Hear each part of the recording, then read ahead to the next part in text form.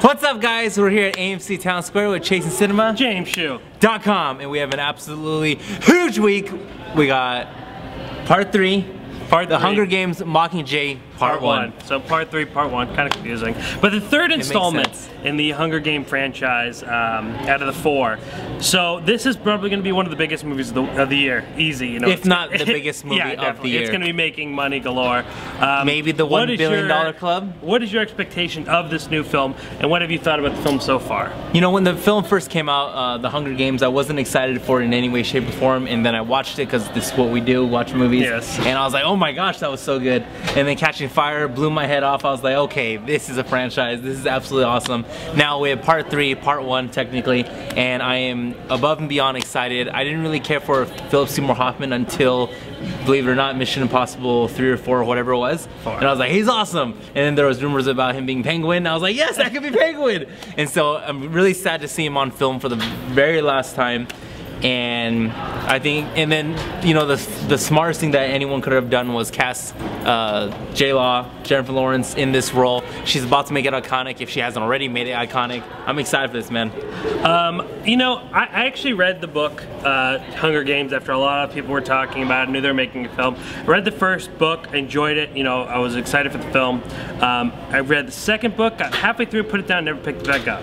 Not, you know, it wasn't terrible, I just couldn't, it just wasn't my interest right there. So, saw the first film and I was kind of disappointed in the first film. I am not a huge fan of the first film. I thought it was good, but not amazing. I thought, if you go back and read my review, I thought J-Law was the shining star of that movie. Like, she's what made that movie good. The second film I thought was awesome. I thought that movie was great. I thought it, like you said, I mean, it was just really, really amazing. It really rose the franchise to another level. J-Law was amazing. You know, we had the film Philip Seymour Hoffman. You know, I really, really enjoyed it. So I'm hoping they're climbing that ladder and just going to be great.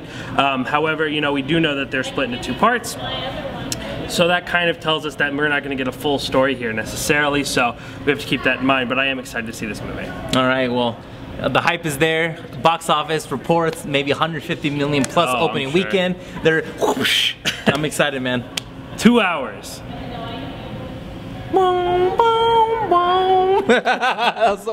Alright, so we just got out of Mockingjay. Part uno, J-Law. As always, tradition, sir. Take it away. Man, alright. Well, this is going to be a spoiler-filled review. Obviously, it's not going to be, or is it? Should we try to like do half and half like we did on the try to do, okay, so this first half, no spoilers. We'll warn you when it comes up. This first half, no spoilers. I think most people are going to come into the film knowing that it's part 1, so it's not going to be heavy action-filled. But, man, if you saw Nightcrawler, I felt this was like Nightcrawler, where I liked it because we brought back propaganda, and that hasn't existed since whatever the freak that was. I'm not a history major nor a teacher. Louis, when was propaganda really, like the 50s, or I shouldn't even say that. I don't even know. Okay, well, they really heavy showed that in this part 1, and I liked it because I just, you know, it's like whatever you see on TV isn't exactly what we always see, and I just enjoyed it.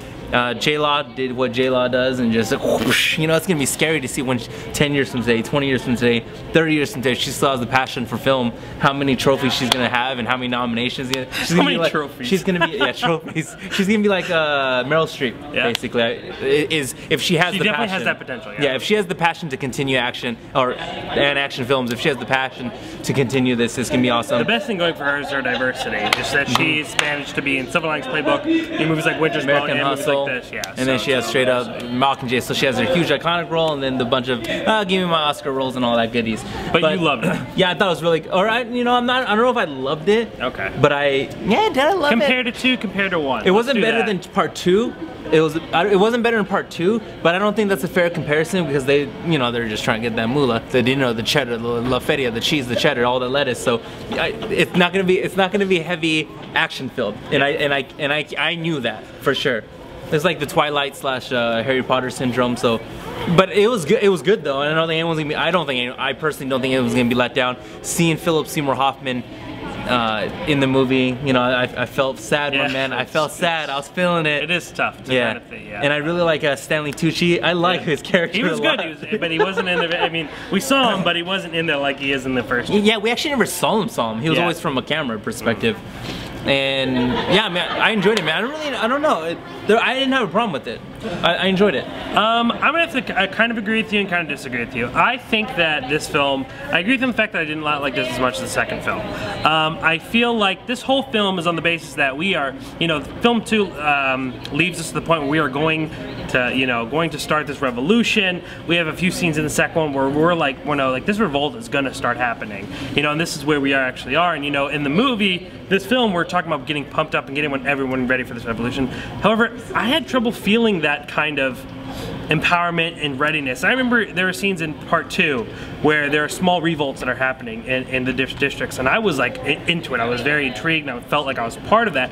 This movie, it wasn't a bad film. I enjoyed it, just as James did, but I felt that this movie was a little bit disconnected to me. I had trouble latching on and really feeling like I don't want to say it didn't feel like a Hunger Games, because it definitely felt like a Hunger Games, but it definitely felt that it kind of went down a little bit in excitement and attachment for me. I thought the first Hunger Games, like I said earlier, was okay. The second film was great, and I think this film is also good, but nothing too extraordinary. But again, as we talked about earlier, the film being split in half, it kind of takes away because it's only exposition, really. This movie's all build up, and as you said, it's all about the money, because if, as a lot of comic book movies, they could fit universes and comic book series in 2 hours, they could have easily fit this film in 2 hours, in 2 hours and a half. It's just the fact that they want to make more money. So that, I think, hurt them instead of helping them. They might make the money, but to me, it kind of made the film a little bit less effective.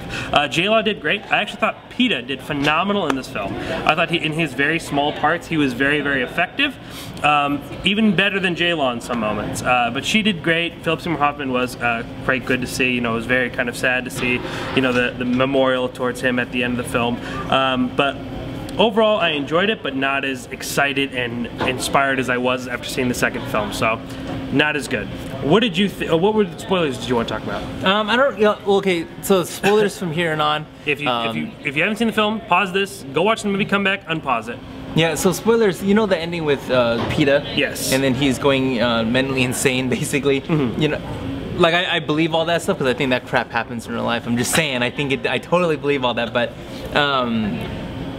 yeah, that part was, I don't know. It didn't work for you? I don't know.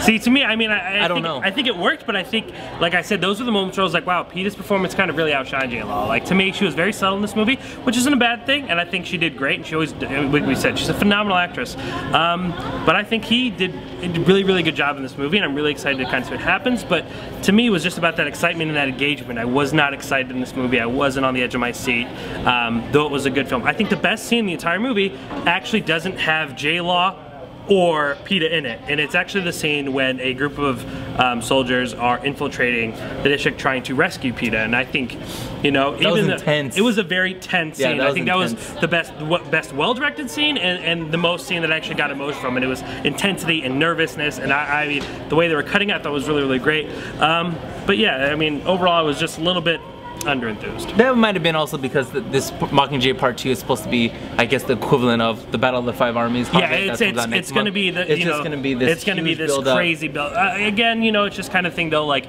did we really need to split it in 2 parts?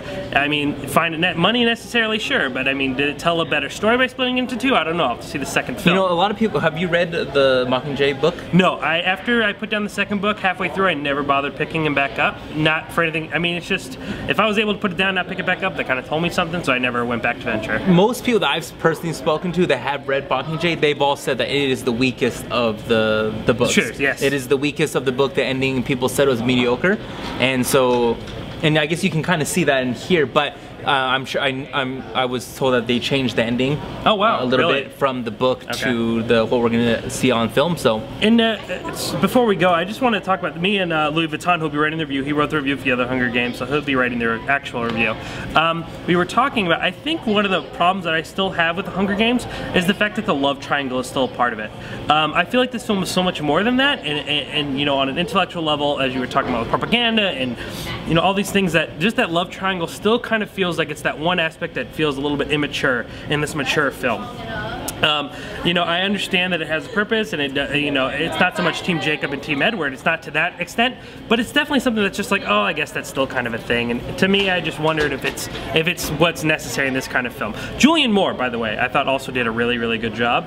She looks very different with her contacts and her gray hair, and I think she played a very good role. But like I said, I don't want to say I'm disappointed, because I'm not disappointed because it's a good film. It's a well-made film, but it's just, it let me a little bit down. That's fair. ChasingCinema.com/ Hunger Games Mockingjay PT1. Okay, and then you can get that full-on review, and you can hear from Louis Vuitton himself and see how he felt about all the amazingness behind the film, and we're excited about that. Next Thursday is Thanksgiving, so movie theaters are giving us a movie on a Tuesday. Wednesday, yeah. Sorry. It's coming out sooner Tuesday than midnight, Wednesday the day. Horrible Bosses Dose. Horrible Bosses 2. And Las Vegas is going to finally get The Theory of Everything, the film about Stephen Hawking and his wife. Very excited for that. All right, We'll see you next week.